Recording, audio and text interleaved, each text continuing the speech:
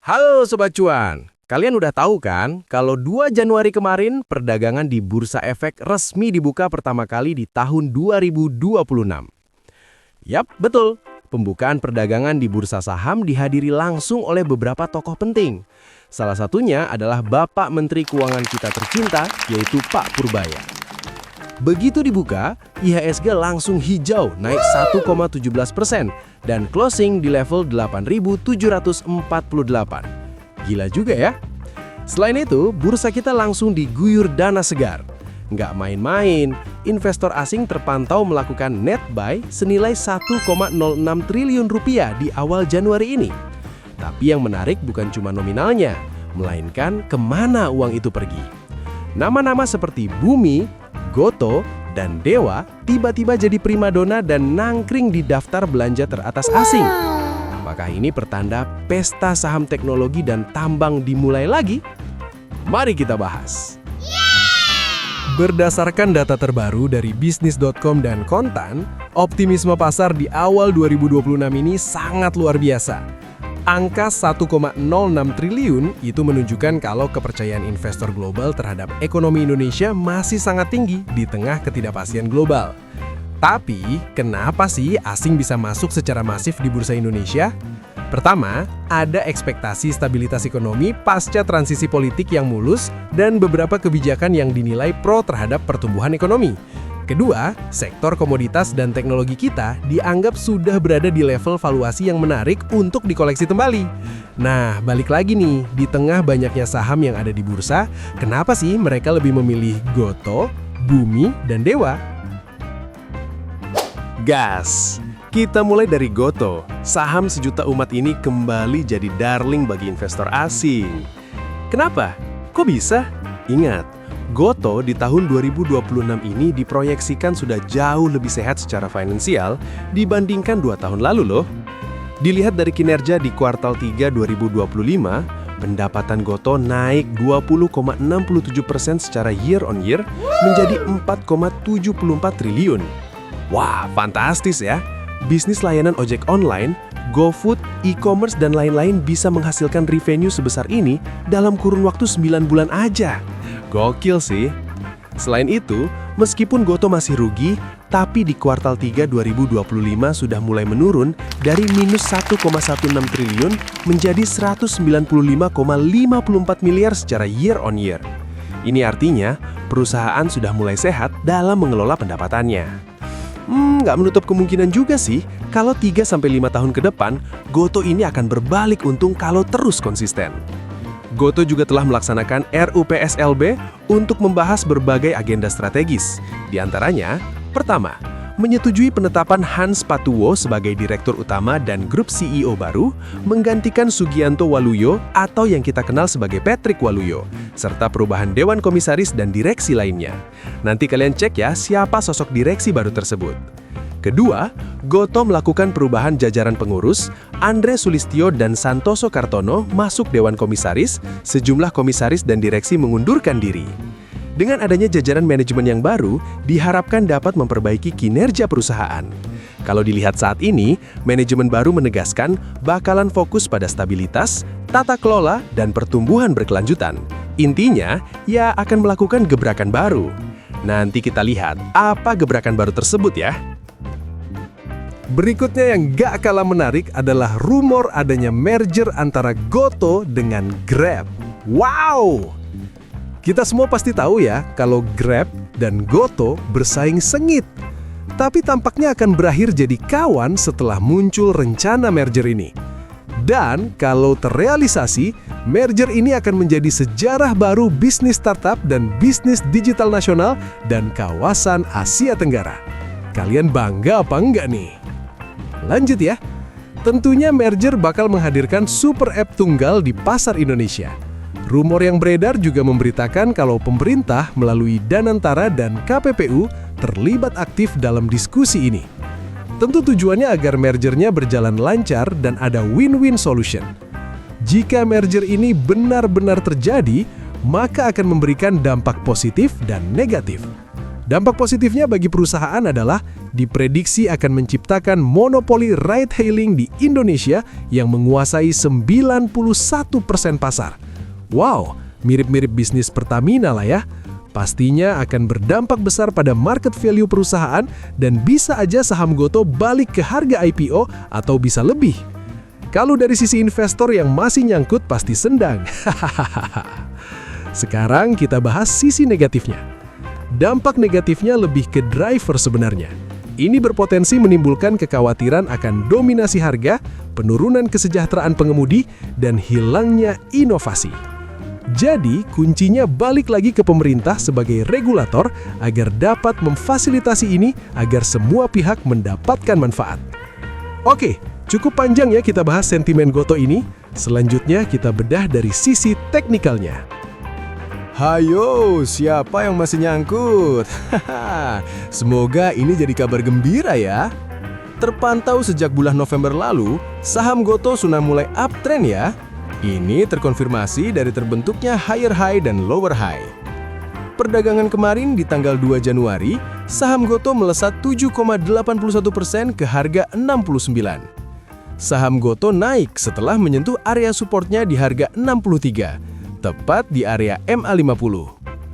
Dilihat dari indikator RSI, saham Gotoh bertahan di atas level 50 sejak November lalu. Ini menandakan adanya momentum yang kuat di saham tersebut. Indikator stokastik juga sudah golden cross sejak 24 Desember sebelum libur Natal. Ini artinya saham Gotoh ada potensi naik membentuk higher high yang baru.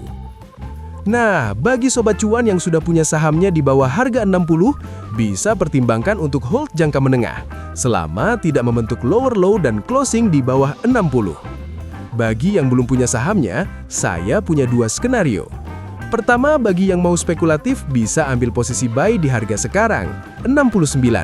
Maka untuk trading plan, bisa batasi resiko kalau closing di bawah 65. Untuk target pertama di harga 75. Dan jika berhasil membentuk high baru, maka ada potensi penguatan lagi ke harga 85. Skenario kedua, bisa tunggu ketika harganya koreksi wajar, yaitu di 67. Maka untuk trading plan, bisa batasi resiko kalau closing di bawah 63, tepat di area MA50. Untuk target, masih sama di harga 75 dan jika berhasil membentuk high baru, maka ada potensi penguatan lagi ke harga 85.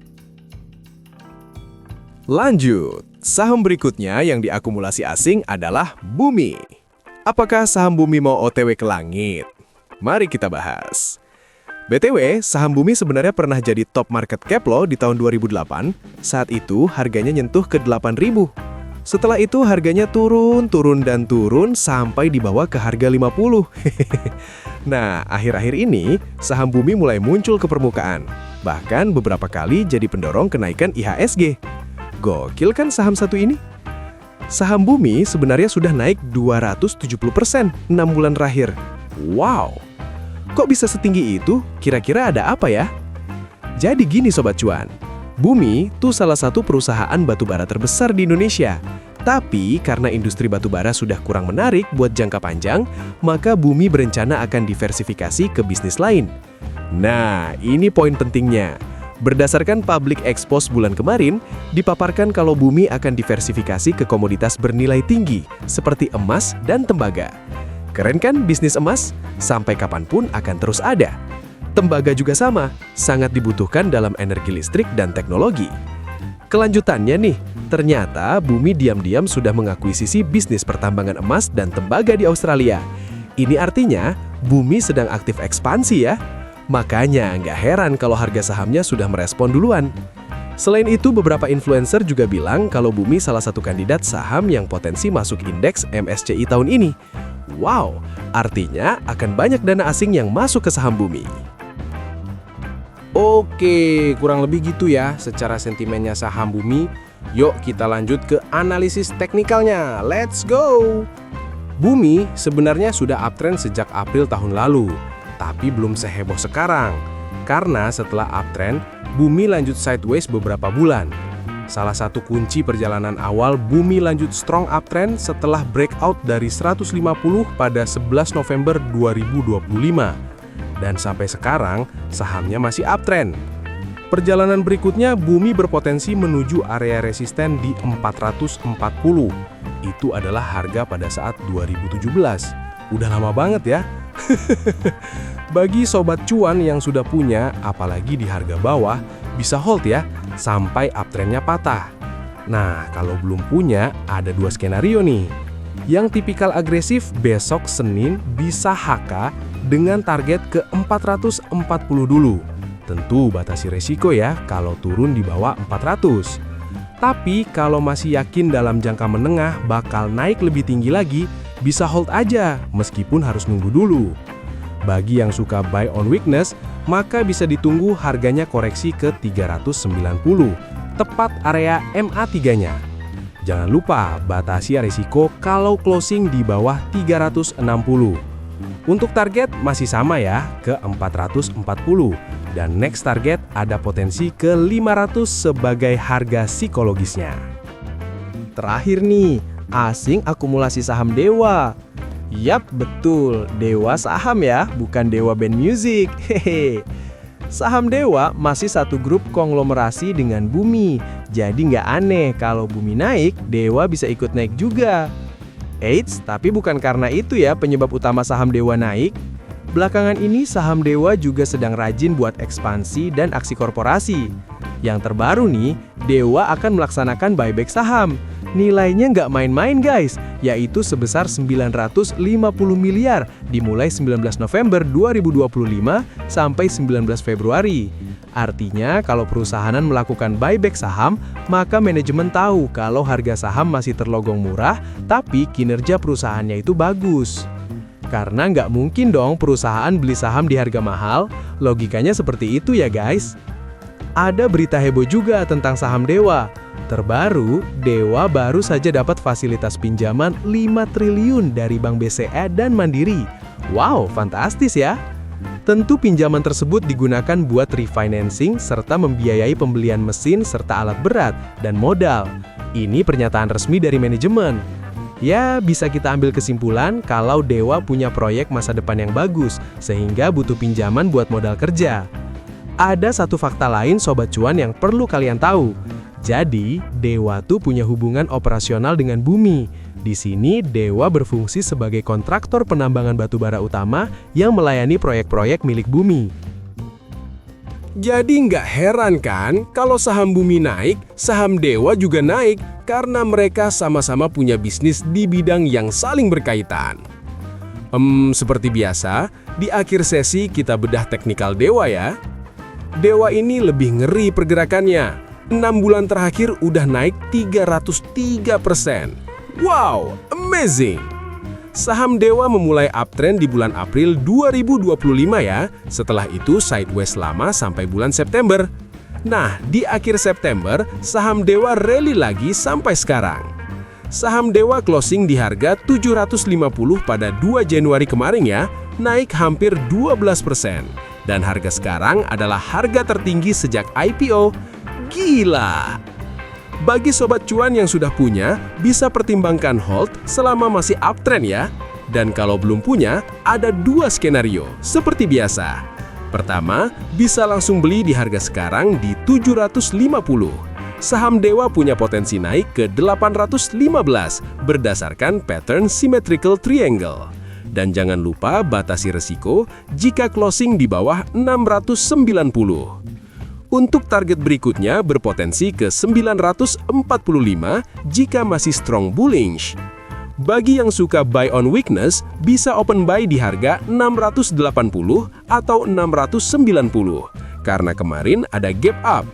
Batasi resiko kalau closing di bawah 650, tepat di area MA5. Untuk target masih sama ya, di 815 dan target 2 ada di 945. Gitu ya Sobat Cuan, 3 saham yang diakumulasi asing pada 2 Januari 2026.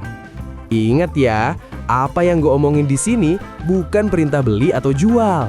Market itu dinamis banget. Apa yang bagus hari ini belum tentu sama besok. Jadi, jadikan video ini sebagai referensi tambahan aja, bukan satu-satunya pegangan. Tetap DYOR alias Do Your Own Research. Jangan sampai niatnya mau cuan malah jadi boncos gara-gara FOMO. Be a wise investor dan semoga bermanfaat.